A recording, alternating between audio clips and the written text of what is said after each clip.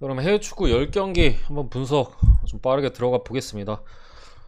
뭐 미리 제가 말씀드리긴 했는데 리그가 이제 휴식기 이후에 MH 휴식기 이후에 재개하는 부분이 있고 또 겨울 이적 시장이 있었어요. 이런 부분 때문에 이 팀들이 휴식기를 어떻게 준비했을지 또 그게 결과로서 어떻게 드러날지 경기장 안에서 이런 부분에 있어서 불투명한 부분이 있습니다. 분석적으로는 어쨌든 간에 지난 데이터와 좀 뭐 이적 시장이나 여러 가지를 봤을 때 앞으로 예상되는 행보들 정도로만 이제 추려가지고 분석할 수 없기 때문에 그런 부분에서 불투명함이 있기 때문에 사실 시계 갈 만한 경기는 아니에요. 이게 해축 리그 돌아왔다 시계 베팅해야지 약간 이런 접근은 위험할 수 있다고 미리 말씀을 드리고요. 한번 이제 분석을 들어가 보면요, 첫 번째 경기 이제 로마 대 제노아 경기입니다.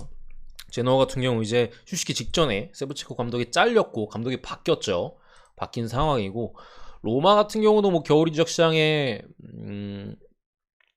올리베이라나 아니면은 이제 아스날에서 그게 누구야? 나일스. 죄송합니다. 나일스 이렇게 임대로 데려와가지고 나름 쏠쏠하게 잘 쓰고 있고, 제노아 같은 경우도 뭐 수비 쪽에 많은 선수들을 좀 데려왔어요. 물론 뭐 중간중간에 부상도 있고 뭐 여러 가지 이슈가 있었지만은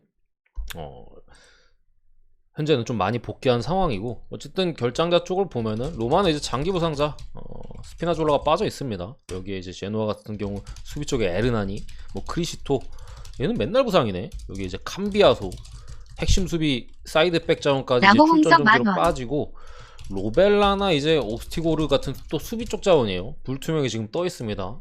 사이드 쪽 자원들이 좀 많이 이제 빠질 가능성이 좀 있어 보이고, 중앙 수비까지도 좀 이렇게 빠지는 상황인데, 요거는 저는 별다르게 크게 변수가 있다고 보진 않습니다. 아유, 홍성님 10,000원 너무 감사드립니다. 어서오세요. 너무 감사드립니다.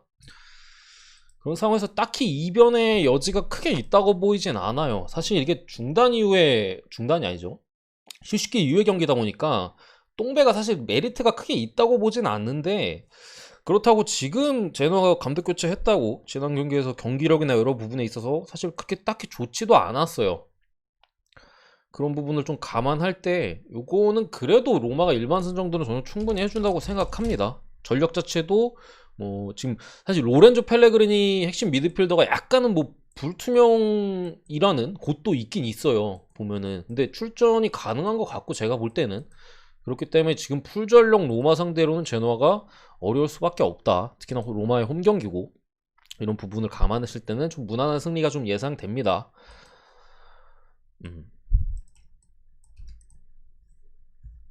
맞습니다. 멤버십 커뮤니티 올라가고요. 정욱님 어서 오시고 동영님도 어서 오세요.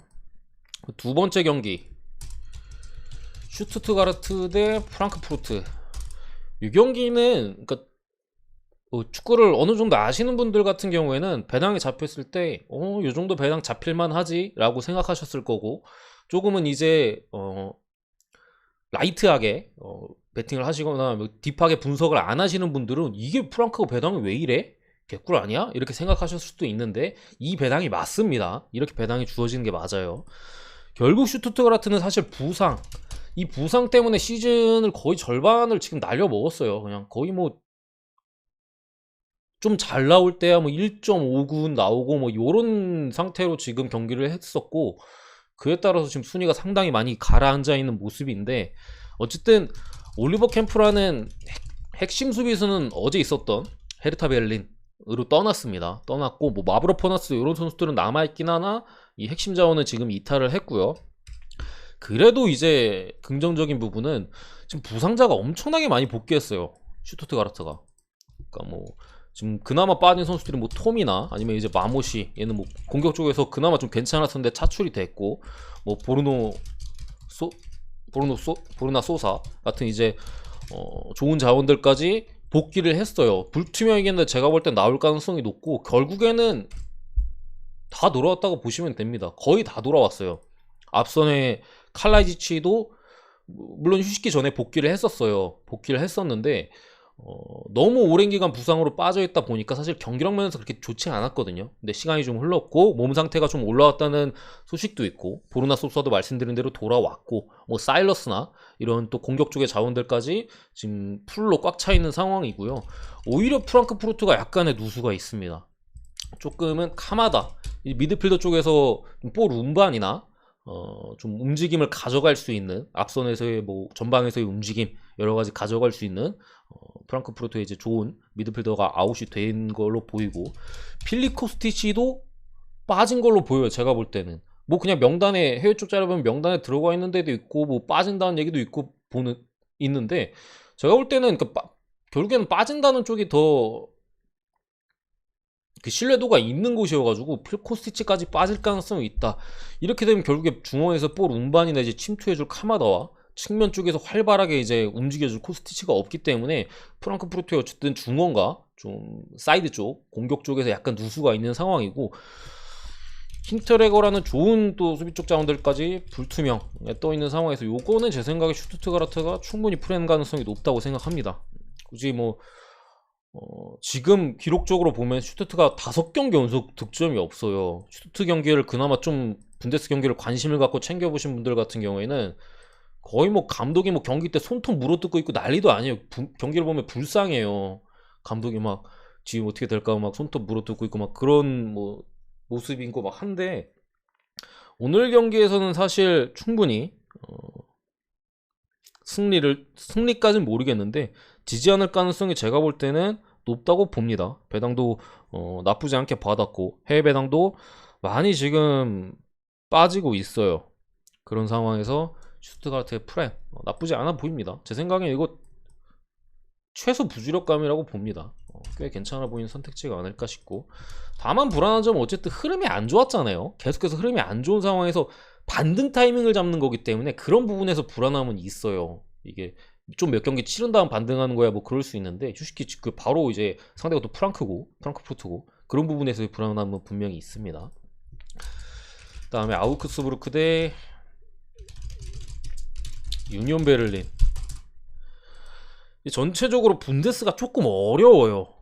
어려운데 요 경기도 일단은 뭐 아우크스는 스트로블 미드필더 쪽에 좀 빠지고, 유니온 베를린도 프로멜, 뭐 류에르손 자원도 이게 불투명이고, 막스 크루제가 아시는 분들은 아실 텐데 이제 볼프스부르크 옛날에 몸담았던 팀으로 떠나게 됐습니다. 공격 쪽에 빠지고 뭐 미드필더, 뭐 수비 쪽에 이렇게 불투명자가 있는 상황인데, 제 생각에는 요 경기는 뭐 사실 아우크스가 크게 누수가 없고, 유니온이 뭐 막스 크루제가 떠났고 뭐 이런 모습이 있긴 한데, 결국엔 뭐 어쨌든 유니온은 뭐 아워니가 멀쩡하게 이제 다시 돌아와가지고 뛰고 있고, 뭐 하라구치 얘도 좀 쏠쏠하게 좋은 모습을 보여주고 있는 상황에서 말씀드린 게 불투명 자원들, 또 이게 빠진다는 게 아니라 불투명 사이즈예요. 요 정도 사이즈면은 사실 유니온 베를린이 진다고 보기는 조금 어렵습니다. 제가 볼 때는. 그러니까 아우크스가 역배까지는 조금 힘들지 않을까 싶고, 어쨌든 유니온도 지금 누수가 조금 있는 상황에서 저는 이 경기를 굳이 베팅한다면 배당을 높여서 그건 고배당으로 접근하는 게 맞다고 생각을 합니다. 1대1 내지 한 2대1 사이즈 보고, 그렇기 때문에 언어반은 쉽게 예측하기 어렵다. 이 정도 사이즈로 봅니다. 네 번째 경기 쾰른 대 프라이부르크. 오늘 분데스는 진짜 뭐 쉽게, 맞습니다. 마빈 프리드리도 수비 쪽에 진작에 나갔어. 걔는 진작에 나갔어. 진작에 휴식기 전에 나갔었고, 없는 상태로 몇 경기 뛰었어요.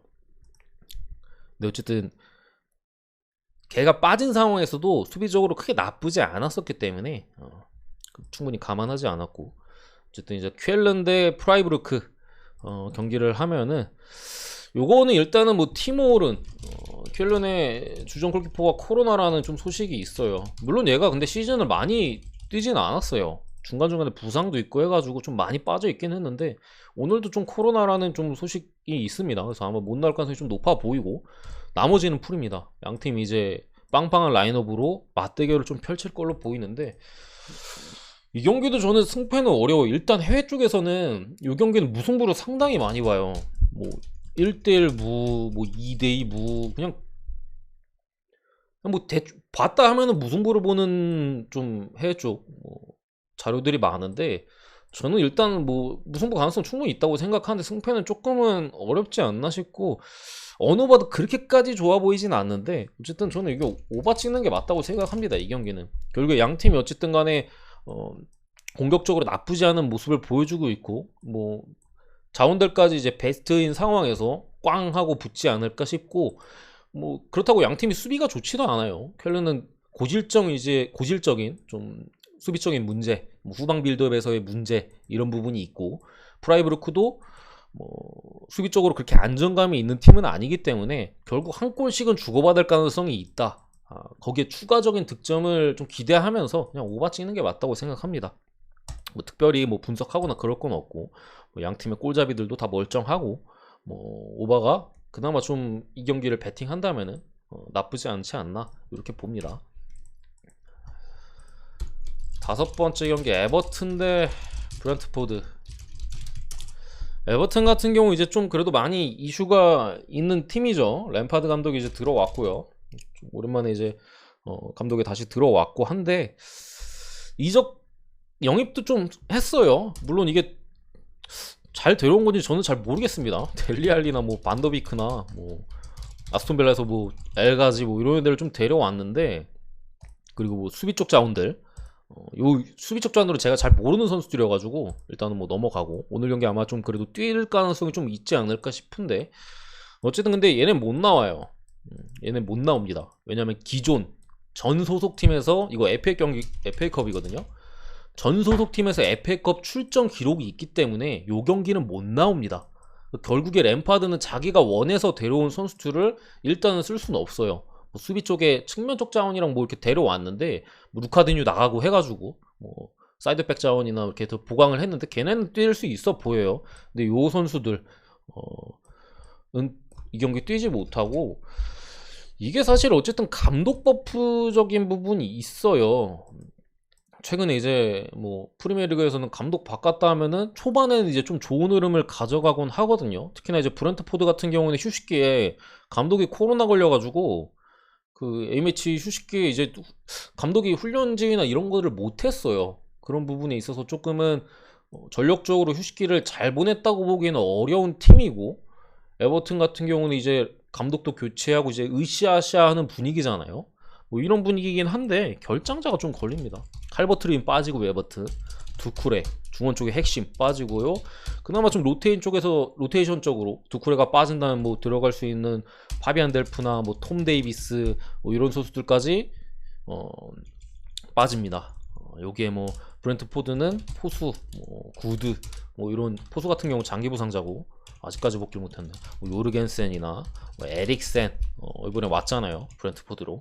다실바 장기 부상에서 아직 완벽하게 복귀하지 못했고, 뭐 데이비드 라야 골키퍼도 아직 좀 몸 상태가 그렇게 좋아 보이진 않아요. 여기 뭐 마티아스 옌센 뭐 이런 수비 쪽 미드필더 자원들이 불투명이 좀 많이 떠 있어가지고 에버튼도 많이 빠지긴 했는데, 브렌트포드도 중간에 이제 휴식기에 코로나 감독 이슈가 있었고 선수들도 불투명이 많아가지고 조금은 고민을 많이 했는데, 저는 만약에 승패로 접근한다면은 그래도 에버튼 찍는 게 낫다고 생각합니다. 근데 딱 말씀드리면 저는 안 갑니다. 안 가는데 어쨌든 그래도 굳이 찍는다면 에버튼 쪽에 조금 더 메리트가 있지 않을까 싶어요. 어쨌든 감독 교체가 있었고, 물론 색깔이 어떻게 바뀔지 모르겠어요. 사실 램파드가 수비적인 감독은 아니거든요. 근데 어쨌든 첼시에서 공격 축구를 하다 실패를 했고, 에버튼에 와서 어떤 축구를 할지는 좀 그래도 불투명한 면이 있어요. 물론 약간 공격적이게 갈 가능성이 높다고 보긴 하는데, 어쨌든 오늘 같은 경우 미드필더 쪽 데려온 선수들을 가용할 수 없고 좀 폼이 떨어져 있을 가능성, 그리고 에버튼이 수비가 그동안 문제가 많았잖아요. 수비적으로 조금 예리미나도 돌아왔고, 특히나 예리미나는 이제 남미 콜롬비아 대표였나? 갑자기 기억이 안 나네. 그쪽에서 이제 마지막 경기 출전 정지로 복귀를 일찍 했어요. 그렇기 때문에 오늘 경기 만약에 뛴다면 컨디션적으로 좋을 가능성이 높고, 특히나 수비 쪽에 보강도 했고, 감독이 처음 오면 잡는 게 수비거든요. 그래서 저는 만약에 이거 두 개 중에 선택지를 굳이 가져간다면은 언더가 조금 더 나은 것 같긴 합니다. 이 정도로 보고 넘어갈게요. 어쨌든 좀 지켜볼 만한 필요는 있어 보입니다. 다음에 요 경기도 FA컵이에요. FA컵이고 울버햄튼 대 노리치인데, 일단은 울버햄튼 아다마가 나갔죠. 다들 아시겠지만 아다마 트라오레가 바르셀로나로 떠났고, 여기 뭐 네토 장기 부상에 윌리볼리 수비 쪽에 여전히 못 나오고, 히메네즈나 뭐 황희찬, 조니가 불투명, 공격자원들이 불투명에 떠 있는 상황이에요. 노리치 같은 경우 이제 팀크룰 골키퍼나 뭐 짐머만, 루프, 어모바미델레, 뭐 수비 쪽 자원들이 상당히 많이 지금 불투명에 떠 있고, 놀먼, 길모 이런 좀 활동량 많고 좀 스피드 있는 수비형 미드필더 쪽 자원들도 지금 불투명, 뭐 소렌슨 여기까지 이제 불투명에 지금 떠 있어서 노리치도 전력적으로 지금 완벽하지 않은 상황인데, 저는 이게 조금은 불안한 게, 이 히메네즈가 안 나오고 만원 요즘 감사합니다. 이게 아다마도 빠져가지고 울버햄튼의 공격 라인이 뭐 포덴세나, 아우 JJJ님 감사합니다. 아유 감사합니다. 포덴세나 뭐 파비오 실바, 트링캉 요런 애들이 좀 나을 것 같거든요. 근데 포덴세나 뭐 트링캉 같은 경우는 괜찮다고 보는데, 파비오 실바 이런 애들 좀 나오면은 울버햄튼이 공격적으로 조금은 어려움을 겪을 가능성도 있다고는 보여져요. 근데 어쨌든 간에 사실 노리치 상대고, 노리치가 물론 휴식기 직전에 2연승을 따내긴 했는데, 전 노리치가 그렇게 잘해서 땄다고 생각하진 않습니다. 대체로 상대가 좀 무너지면서 좀 연승을 따냈었고, 어쨌든 요건 FA컵이고, 그래도 울버햄튼이 좀 잡아낼 가능성이 높다고 생각을 하고요. 2.5기 좀 언더까지 봅니다. 1대0 정도 봅니다. 한 1대0 한 골 어떻게 넣어가지고 이기지 않을까, 요 정도 사이즈로 봅니다. 넘어가고요. 제지해주면 감사합니다. 제가 끝나고 질문이나 이런 거 받도록 할게요. 뭐 중간에 들어오신 분들도 많으실 텐데 조심하셔야 됩니다. 아무래도 휴식기 이후의 경기다 보니까 조심해서 나쁠 건 없다. 다음 7번째 경기로 이제 인터밀란 대 AC밀란, 밀란 더비죠. 인터밀란 홈에서 펼쳐지는 경기고, 어쨌든 뭐 홈구장을 같이 쓰기 때문에 그런 부분이 있어요. 아마 뭐 팬들의 이제 수용 부분에 있어서 이제 홈팀이 더 많이 가져가고 뭐 그런 부분에 대한 이슈만 있고, 같은 구장을 씁니다. 기본적으로 홈구장은. 그렇기 때문에 뭐 거리나 뭐 이런 부분에서는 문제가 없는 상황이고, 부상자 쪽 먼저 보면은 인터밀란 이제 호아킨 코레아 공격 쪽에 빠졌고, 고젠스가 인터밀란으로 왔어요. 아탈란타에서 이제 꽤 오랫동안 측면 쪽에 윙백을 책임졌던 고젠스가 물론 부상으로 못 나옵니다. 인터밀란 왔는데 부상으로 못 뛰고, AC밀란 같은 경우 레비치, 질라탄, 토모리, 키에르, 발로투레, 수비 쪽 자원들과 앞선 자원들이 많이 빠졌어요. 특히나 질라탄이 빠진 거는 제 생각에는 조금 큰 타격으로 보이고, 요거는 글쎄요. 근데 AC밀란이 이게 캐시에도 이제 네이션스에서 돌아왔고, 뭐 중원 쪽에 토날리나 해가지고 중원은 좀 그래도 인터밀란을 상대해볼만 하거든요. 인터가 물론 중원이 세긴 한데, 이 정도 중원 라인이면 AC밀란이 상대해볼만 한 건 분명한데, 질라탄이 빠져있는 상황에서 요거는 그래도 인터밀란을 봐야 되지 않을까 싶어요. 물론 이제 라우타로나 산체스 요런 애들이 남미 월드컵 예선을 뛰고 왔기 때문에 뭐 몸 컨디션이나 체력적으로 완벽하지 않을 가능성이 좀 높다고 보긴 하는데, 뭐 에딘 제커가 나오면 됩니다. 교체로 이제 뭐 라우타로 나오거나 이러면은 좀 해결이 될 부분이어가지고 크게 어렵게 생각할 부분은 없는 것 같아요. 그나마 좀 불안한 부분이라면 이제 뭐 더비전이라는 부분과 인터가 강팀 상대로 그렇게 압도적인 모습을 이번 시즌 전체적으로 보여주지 못하고 있다는 점, 아니면 뭐 휴식기 이후의 경기라는 점, 뭐 요 정도인데, 그래도 저는 이거 AC밀란 프라이를 못 지을 것 같아요. 그래가지고 인터밀란 그대로 승을 보고 또 오버 가능성이 높다고 생각합니다. 2대1 정도 사이즈 보고요. 다만 이거는 그냥 제 촉인데, 이건 그냥 제 단순히 촉입니다. 뭔가 쎄해요. 근데 분석적으로 이렇게 보는 게 맞는 것 같은데 뭔가 쎄합니다. 느낌이 그냥 그래요. 저는 이 경기를 안 건들 것 같은데 이상하게 뭔가 1대1 냄새가 나가지고 좀 쎄한 느낌이 있습니다. 어쨌든 근데 저는 이렇게 봅니다. 쎄한다고 뭐 다르게 보일 건 아니고 이렇게 봐요 그대로.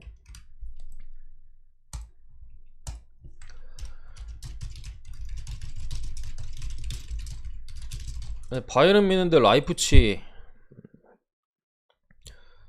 요 경기도 사실 이 정도는 말씀드리고 싶어요. 배당적인 메리트가 크게 있는 경기는 아니라고 저는 생각합니다. 어쨌든 바이에른 미넨이 뭐 미넨은 미넨이지만 지금 라이프치히도 상당히 많이 올라왔어요. 감독 교체 이후에 초반에 조금 헤매는가 싶더니 점점 자리를 잡아가지고 이제 좋은 경기력을 보여주고 있거든요. 그리고 중간에 이제 부상자가 엄청나게 많았는데 많이 돌아왔습니다. 뭐 장기 부상자인 뭐 할스텐베르크나 뭐 타일러 아담스, 뭐 공격 쪽에 이제 소보슬라이, 뭐 포르스베리, 얘네가 이제 불투명이고 얘네 둘은 빠지는 걸로 보여요. 그 때문에 원래는 엄청 많았어요. 엄청 많았는데 많이 돌아온 상황에서 그 전에도 전체적으로 팀이 어느 정도 가다듬어서 경기력이 괜찮은 상황이었거든요. 바이에른 미넨은 여전히 이제 레온 고레츠카가 3선 자원에서 빠져있고 알폰소 데이비스도 얘가 뭐였지? 백신 후유증인가? 코로나 후유증인가 해가지고 이제 심장 쪽에 문제로 여전히 못 뛰고 있고 뭐 추포모팅 얘는 뭐 쓸모 없습니다 사실. 뭐 사르 이런 선수들이 뭐 차출로 지금 빠져 있는데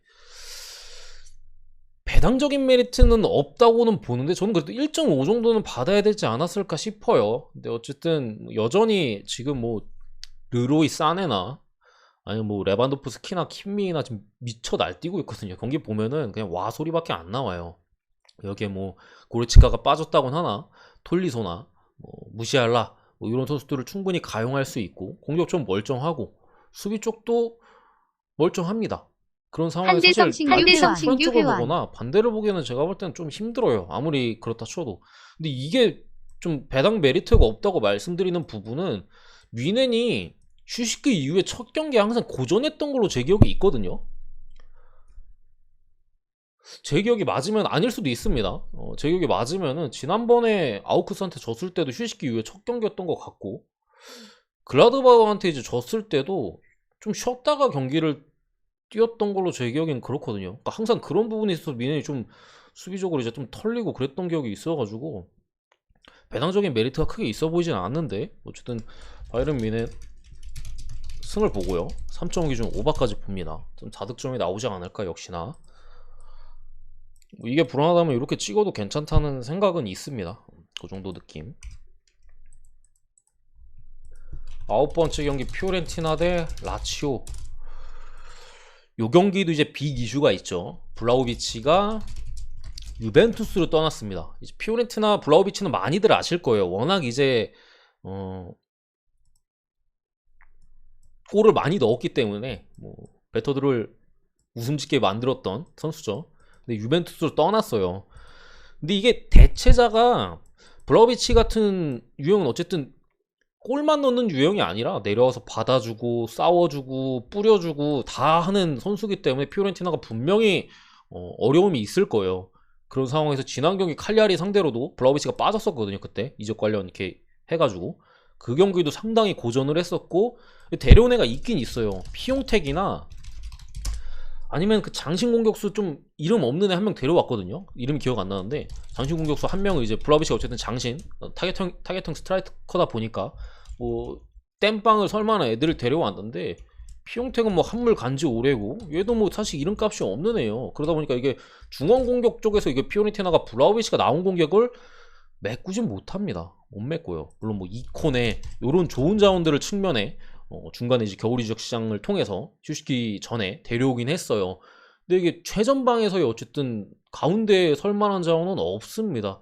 그런 부분에 있어서 제 생각에는 피오렌티나가 그래도 화력적으로 휴식기 전에 좋은 모습을 보여줬던 경기가 많잖아요. 앞으로 경기에서 그 정도로의 모습을 좀 기대하기는 제 생각에 어렵다는 생각이고 어쨌든 루카스 마르티네즈라는 이제 좋은 수비 쪽이 빠지고 오드리고 솔라 출전 정지입니다. 측면 쪽의 자원까지 지금 빠져요. 수비 쪽에 여기에 니콜라스 곤잘레스 얘도 이제 공격 쪽 사이드 자원인데 물론 사이드 자원은 지금 좀 많긴 해요. 소틸이나 이런 자원들까지 다 돌아와가지고 좀 많긴 한데 얘도 어쨌든 좀 좀 활약을 보여주는 선수인데 지금 불투명에 떠 있고 누수가 약간은 있는 지금 피오렌티나고 라치오 같은 경우 아체르비가 여전히 부상, 악프로 뭐 서브 자원이고 그리고 페드로가 불투명인데 명단에는 들어갈 가능성이 높습니다. 뭐 이런 상황으로 봐도 그렇고 사실 라치오가 강팀이잖아요. 어쨌든 간에 강팀이고 블라우비치는 굉장히 잘합니다. 엄청 잘해요. 지금 공격수 매물 중에 거의 이번 겨울 시장에 제일 핫했던 매물인데 어쨌든 뭐 그건 넘어가고 그리고 요 경기에서 조금 피오렌티나 쪽을 보기 어려운 부분이 이 주심과 피오렌티나의 상성에 관한 건데 뭐 이런 거 좀 좋아하시는 분들도 계시잖아요. 저는 뭐 크게 신경은 안 쓰는데 이 주심이 피오렌티나 경기를 배정을 받았을 때 피오렌티나가 못 이겼어요. 이게 뭔데 뭐 한두 경기에서 못 이긴 게 아니라 보시면 좀 놀랄 수도 있는데 16경기 0승입니다. 피오렌티나가. 이게 뭐 피오렌티나가 무슨 뭐 누구야 뭐 칼리아리 뭐 이런 팀도 아니고 피오렌티나가 이 지금 배정받은 주심이 경기를 했을 때 한 번도 못 이겼어요. 10무 6패인가? 제 기억이 10무 6패인 것 같은데 한 번도 못 이겼습니다. 그러니까 이런 데이터를 보나 아니면 또 이제 계속 말씀드린 부분 뭐 공격 쪽 블라우치 빠진 그걸 메꿀 만한 자원이 없다. 이런 부분을 보나 라치오 쪽의 플랜이 저는 맞다고 생각합니다. 그래서 꽤 뭐 이런 기록적으로 보나 현재 상황적으로 보나 뭐 라치오 플랜 쪽에 그래도 충분히 메리트가 있지 않을까 싶은 뭐 그런 경기예요. 어쨌든 뭐 이 정도 말씀드리면 됐는데 그나마 라치오 제가 보는 불안한 면은 뭐 퐁당퐁당 또 이런 거 뭐 좋아하시는 분들도 있잖아요. 라치오가 이제 원정 승패 이렇게 가고 있는데 패차례 뭐 이런 부분이 있다곤 하나 사실 뭐 라치오가 저는 그래도 프레임 해줄 거라고 봅니다. 다음 경기 마지막 경기인데 세비야는 어려워서 분석 안 했습니다. 그 경기는 멤버십에도 안 올라가요. 분석을 안 했어요. 햄무 아니면 무같긴 한데 분석을 안 했고 마지막 경기 토트넘 대 브라이튼. 토트넘도 이제 좀 데려온 자원들이 조금 있죠. 뭐 중원 쪽에 뭐 벤탄쿠르나 뭐 이런 애들 좀 데려왔는데 아니면 쿨루세스키 유벤투스에서 좀 데려왔어요. 유벤투스가 아무래도 블라우비치를 영입하다 보니까 정리를 했어요. 뭐 누구야? 클루세스키 뭐 이런 애들을 좀 데려왔는데 어쨌든 사실 얘네에 대한 뭐 이슈도 있겠으나 뭐 손흥민이 복귀합니다. 손흥민이 복귀하고 뭐 로메로도 복귀 수비 쪽에 뭐 영입보단 저는 손흥민 복귀가 더 크다고 생각을 해요. 손흥민보다 못합니다. 유벤투스 데려왔는데 손흥민보다 못해요. 얘는 뭐 중원 쪽 자원이고 은돈벨레가 리옹으로 떠났죠. 뭐 그런 상황인데 요 경기는 제 생각에는 배당적인 메리트 없어요. 브라이튼이 뭐 걔 잡밥팀도 아니고 토트넘 지금 1.69죠 이거. 배당도 좀 더러운 배당을 받았고 지금 토트넘의 상대 브라이튼인데 이거 1.6 뭐 6 후반대라고는 하나? 이 정도 배당을 받을 만한 사이즈는 저는 아니라고 생각합니다. 뭐 벤탄쿠르가 왔다고는 하나 사실 저는 크게 도움이 될 거라고 보진 않거든요. 이 정도 사이즈 선수면은 조금 더 이제 안정감 있고 차라리 뭐 뉴캐슬관 기마랑이스 이런 애들이 더 토트넘에 필요한 선수가 아닌가 싶은데 그런 부분에 있어서 뭐 얘네가 나올지 안 나올지는 모르겠는데 물론 손흥민이 복귀했고 이런 부분에서 토트넘이 좀 무서운 부분이 있는데 이게 배당적인 메리트가 있는 경기 저는 아니라고 봅니다. 브라이튼이 경기력적으로 상당히 좋은 경기를 계속해서 보여주고 있고 브라이튼도 뭐 랄라나나 이런 애들이 다 복귀했어요. 지금 거의 풀라인업이 가까운 상태고 물론 이제 수비 쪽에 이탈자가 있죠. 뉴캐슬로 이제 한 명이 또 뉴캐슬이었나? 가물가물하네. 한 명이 나갔고 그런 상황이긴 하지만 메꿀 수 있는 자원들이 많아요. 루이스 덩크 있고 웹스터나 뭐 벨트만 뭐 이런 자원들이 다 지금 자리 잡고 있어서 사실 요거는 저는 특히나 뭐 비수마 이런 애들도 지금 네이션스 갔다 오고 해가지고 다 복귀했어요. 브라이튼도 고배당으로 노리는 게 맞다고 생각합니다. 무승부랑 햄무 잡는 게 맞다고 생각을 해요. 1.65까지 떨어졌나요? 배당적인 메리트가 사실 없어요. 저는 제가 볼 때는 없어요. 근데 어쨌든 간에 손흥민이 돌아왔다는 점 때문에 손흥민은 사실 경기를 뒤바꿀 수 있잖아요. 뭐 상당히 이제 좋은 자원이고, 특히나 이제 브라이튼이 측면 수비 쪽에서 이제 공격적인 성향이 강한 선수들이 좀 많다 보니까 손흥민이 잘 팔 수 있는 사이즈인 건 맞아요. 그런 상황에 있어서 토트넘이 이기더라도 한 골 차일 가능성이 높고, 역시나 브라이튼 무자비 팀 아니에요 이거? 무승부 가능성은 전혀 배제할 수 없다고 생각합니다. 다만 브라이튼이 이기기에는 조금 빡세 보여요. 그래서 요런 배팅이 좀 낫지 않을까. 어쨌든 브라이튼은 경기력은 좋지만 득점이 안 터져요. 그러니까 쉽게 뭐 데이터적으로 말씀드리면 이 데이터를 이제 골 기대값이라고 하거든요. 골 기대값. 그러니까 이 팀이 전체적으로 경기 끝나고 나오는 데이터인데, 경기 끝나고 한 몇 골 정도를 넣었어야 된다라는 데이터예요. 근데 브라이튼은 항상 이 기대값이 한참 못 미칩니다. 그러니까 더럽게 많이 날린다는 소리예요. 그러니까 이런 부분을 감안했을 때 브라이튼이 그래도 승리를 따내긴 조금 빡세 보이고, 뭐 무승부 힘무 쪽 잡는 게 제가 볼 때는 낫지 않을까, 뭐 이렇게 봅니다. 언어바는 무승부 힘무 보는 거는 제가 언어바 분석을 할 수가 없어요. 무 보면 0대0 1대1인 거고, 2대2 무는 솔직히 쉽지 않잖아요. 브라이튼이 기회도 좀 많이 날리고, 그렇기 때문에 뭐 1대1 가능성이 무승부가 나온다면 높을 수 있겠고, 햄무가 나온다면 아무래도 2대1 사이즈가 보통 많이 나오니까 요거는 제가 이렇게 보는 경기들은 대체로 좀 말씀을 많이 안 드립니다. 1대0이 보일 때는 이렇게 보고 언더 이렇게 말씀드려요. 어제 뭐 헤르타 베를린 뭐 이런 경기들 같은 게 이렇게 말씀드리는데, 1대0 토트넘은 제가 볼 땐 잘 안 보여요. 2대1 아니면 1대1 무승부 같기 때문에 어느 건 잘 모르겠습니다. 어쨌든 제 10경기 분석은 여기까지고요. 감사합니다.